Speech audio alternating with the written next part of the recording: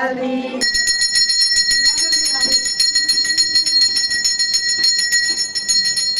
Guys, welcome back to my another vlog. So guys, आज है जन्माष्टमी। तो सबसे पहले आप सभी को जन्माष्टमी की ढेर सारी शुभकामनाएं। और फिर इनके साथ मैं आ गई हूँ रेडी होके यहाँ पे को, और अब हम करते हैं सुबह की पूजा।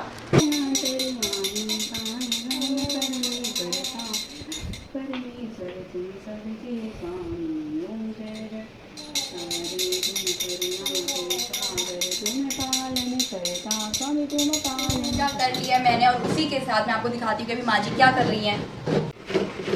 माँ जी हमारी तैयारी करने लग गई हैं पजरी बनाने की। गोला कोर रही हैं माँ जी। अभी सामान तो लाए हैं? अभी सामान तो लाए सामान अभी ले आएंगे। अभी हम सामान लाते हैं यहाँ पे माँ जी के लिए। सामान तो लाए नहीं है, गोला ही कोर देती हूँ मैं, जिसकी हम पजरी बनाएंगे। और हमने सारा सामान यहाँ पे निकाल लिया है पजरी का।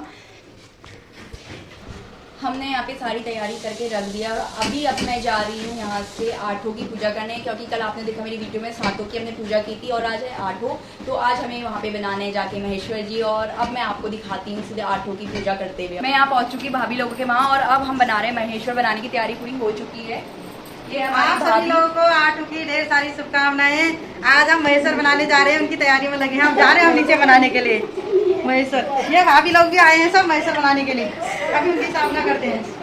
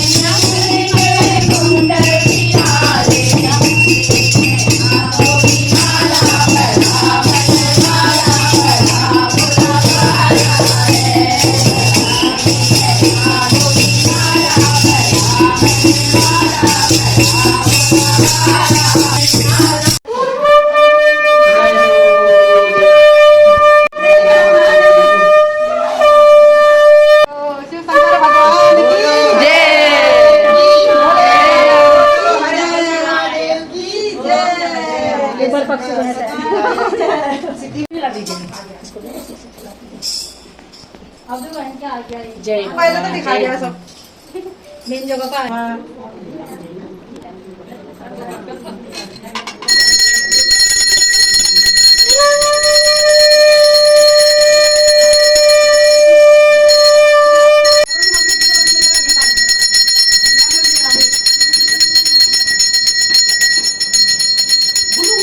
यहाँ पर हमने दाल मखानी, मूंगफली और जो चीज़ अजवाइन, काली मिर्च, ये सब हमने भून ली है। और ये क्या है इसमें? ये मूंगफली। ये हमारी पजरी बनके हो रही है यहाँ पे रेडी। एक है गोले की, एक है नॉर्मल पजरी जो बनती है।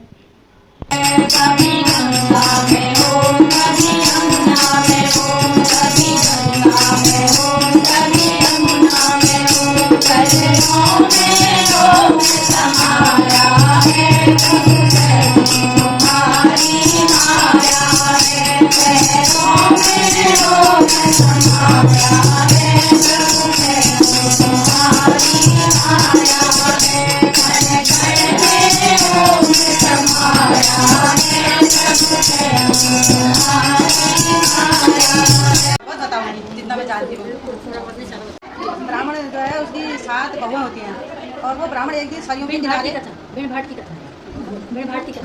कहते हैं, जो ब्राह्मण होता है सरयू के किनारे एक दिन अपने यजमान के वहाँ से आ रहा होता है। सरयू के किनारे उसमें जो पार्वती मैया होती है वो बिरुड़ धो रही होती हैं। तब वो उनसे पूछते हैं कि क्या आप क्या कर रहे हैं, ये किस लिए आपने दालों को भिगा रखा है। पहले पूरा बोलो। हाँ, बता रहे हैं लोग। तो क्या कहते हैं वो लोग, जब वो पूछते हैं पार्वती से तुमने ये क्यों मतलब अनाज भिगा रखे हैं, किस वजह से तुमने यहाँ पर धो रही हो करके, तो वो बताती हैं कि इसकी पूजा मैं इस तरीके से करती हूँ। मैं उसको शॉर्ट बताऊँगी आपको। तो पंडित जी से कहती हैं कि आप अगर उनकी बहुएं भी ये करेंगी तो उनके घर में संतान उत्पन्न होगी। तो जो पंडित होता है वो अपना घर जाता है और अपनी 7 बहुओं को ये बात बताते हैं कि विरुण के बारे में सब बताते हैं। तो सब बहुएं मान जाती हैं और बहुएं बोलती हैं कि चलो बाबू जी हम जो है ये काम करेंगे। तो पहली वाली बहू से कहते हैं वो बिगड़े भिगाने के लिए सुबह चारों कोनों में लिपाई करती है, सफाई करती है, घर की दिया जलाती है, तांबे की जो तौली होती है उसमें दिया वो करती है, जलाती है, दुबा लगाती है, गोबर लगाती है, 5 अनाजों का बिगड़ भिगाते हैं। और क्या कहते हैं 7 अनाजों की जो है 7 जो अनाज होते हैं एक कुटुरी बनाते हैं और कुटुरी में फल लगा के हल्दी सिक्का और 7 अनाज डाल के कुटुरी तैयार करते हैं। और फिर क्या कहते हैं उसके बाद जो है दूसरी बहू की दूसरी वो बहू इतना करती है तो इतने में क्या होता है ये सब कुछ करने के बाद जो होता है तो जो बहू होती है ना वो बहू जो होती है बिगड़ चक लेती है, गलती से बिगड़ चक लेती है, हाँ अनाज को चक लेती है उसका खंडित हो जाता है। फिर ऐसे ही दूसरी बहू करती है, फिर ऐसे ही दूसरी करती है उससे भी खंडित हो जाता है। फिर तीसरी करती है वो भी बिगड़ चक लेती है, फिर चौथी करती है वो भी चक लेती है, 5वीं करती है वो भी चक लेती है, जो 6ठी करती है वो भी। अब जो शादी होती है वो बेवकूफ टाइप की सीधी भोली वाली होती है, तो वो घर के कामों में कुछ नहीं करती है, वो जाती है वाला गाय बच्ची को चराना, घास काटना, ये सब काम करती है। तो वो कहती है कि बाबूजी मैं भी गाऊंगी करके। तो वो सुबह से लिखना घसना, चारों कोनों में दिया जलाती है, तौली में धूप लगाती है, गोबर लगाती है, सब करती है और अपने जीभ को जो है गर्म चीज़ से दाम देती है। दाम देने का मतलब यह कि जला देती है ताकि मैं गलत ना करूँ, जला देती है। फिर उसके बाद ऐसा होता है वो उसके साल भर में उसका पुत्र होता है तो सब लोग जो बहू होती है वो जलती हैं, इसका अच्छा हो गया करके जलती है। जो और बहू होती है वो जलती है, हाँ उनकी औलाद नहीं होती है, उसका हो गया होता है तो वो जलने लगती है। तो इतने में क्या होता है वो उसको बेवकूफ़ बना के कहती हैं तेरे मम्मी पापा की तबीयत बहुत ख़राब है तू मायके चल जा, और सीधी शादी खोली बारी होती है वो मायके चल जाती है, साजिश रचते हैं। तो जैसे जाती है तो उसके मम्मी पापा लोग ठीक ठाक उसको दिखते हैं, तो उसकी मम्मी लोगों को मतलब ये लगता है कि अचानक गौरा जो है क्यों आई, ऐसा क्या हुआ। गौरा जो होती है उसमें पार्वती माता जो होती है उनकी कहानी बताने में वो जाती है तो उनको लगता है क्यों आई होगी, कहीं जो गणपति बाला है उनको तो कुछ नहीं हो गया है, शिव शंकर को कुछ तो नहीं हो गया है, अचानक मतलब यहाँ इतना परेशान होगी क्यों आई। तो पूछती है आप लोग ठीक हो, कहते हैं हम तो बिल्कुल ठीक है, तो छोटे बच्चे को छोड़ के क्यों आई है।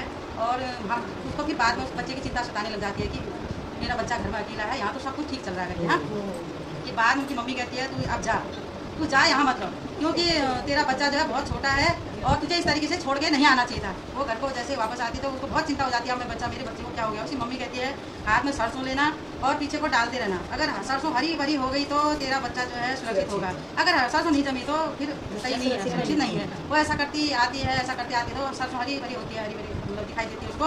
बाद में वो नौली में पहुँचती है, नौली में जाकर प्यास लगती है, वो पानी पीने के लिए नौली में जाती है, जैसे जैसे पानी निकालती है तो झुकती है तो उसका बच्चा जो है टुकड़ा पकड़ देता है।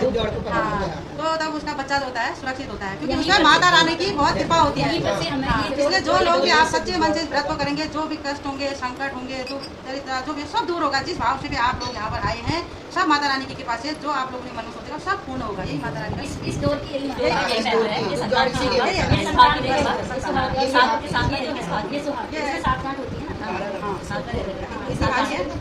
बहुत सुंदर नाचती थी। तो जाते जाते उनको यह पता नहीं होता था परेशानी से आई है, कुछ पता नहीं होता है। अब वो कैसे नाचे बेचारी, उसको तो मन में बालक की चिंता होती है, तो उसको बोलते हैं नाचते, जो गौरा नाचती है ना, जो नाची को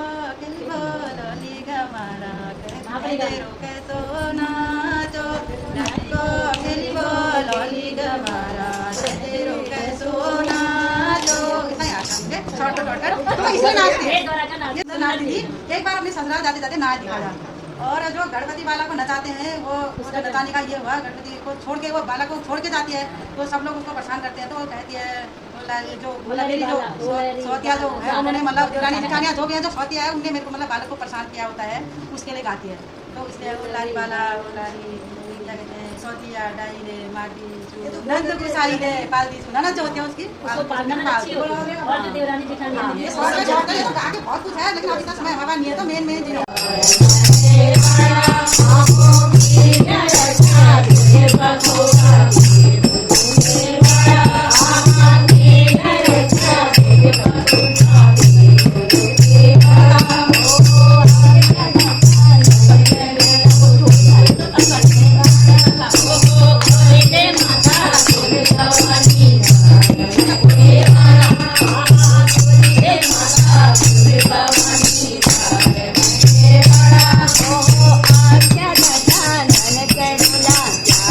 Jai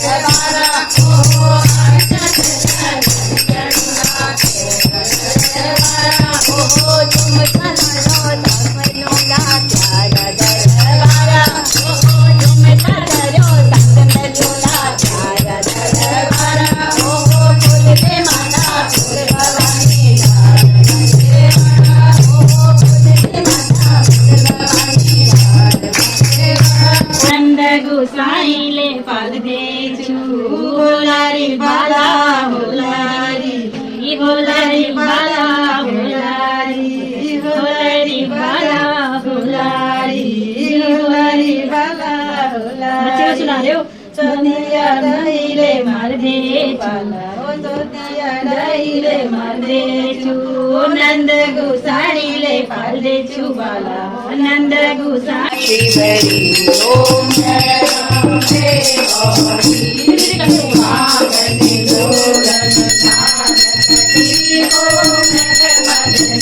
मैया जी को सजे रही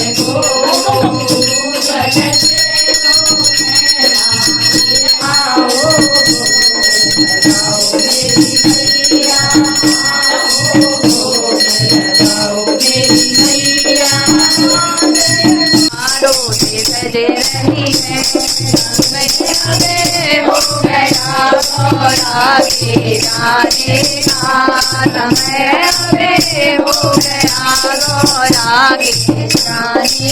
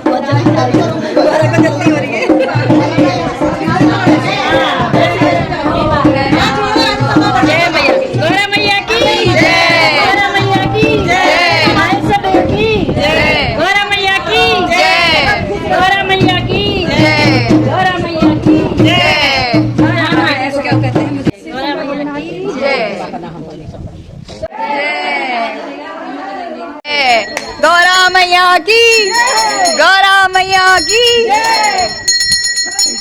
जय माता दी भोलेनाथ की जय बोले बोले बोले बोले बोले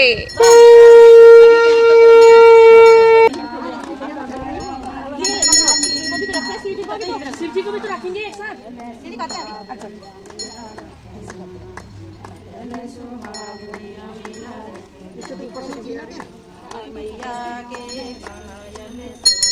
यहाँ पे हो चुकी है गौरा मैया की विदाई और अभी सब लोग विदाई कर रहे हैं और उसके बाद अभी यहाँ पे भाभी बनाने लगी है चाय चाय बन रही है।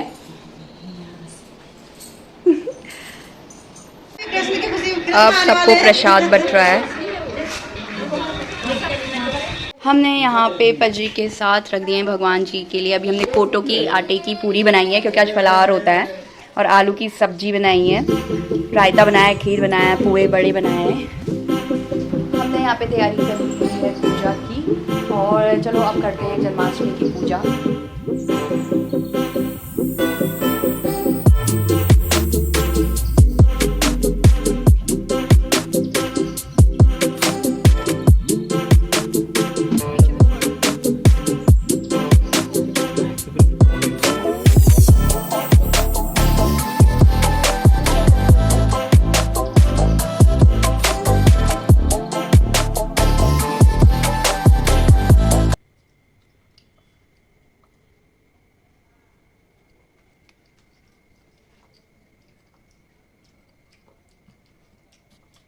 श्री गिरधर कृष्ण मुरारी के आरती कुंज बिहारी की गिरधर कृष्ण मुरारी के गले में वैजंती माला बजावे मुरली मधुरे बाला श्रवण में कुंडल झलकाला नंद के आनंद नंद के ला।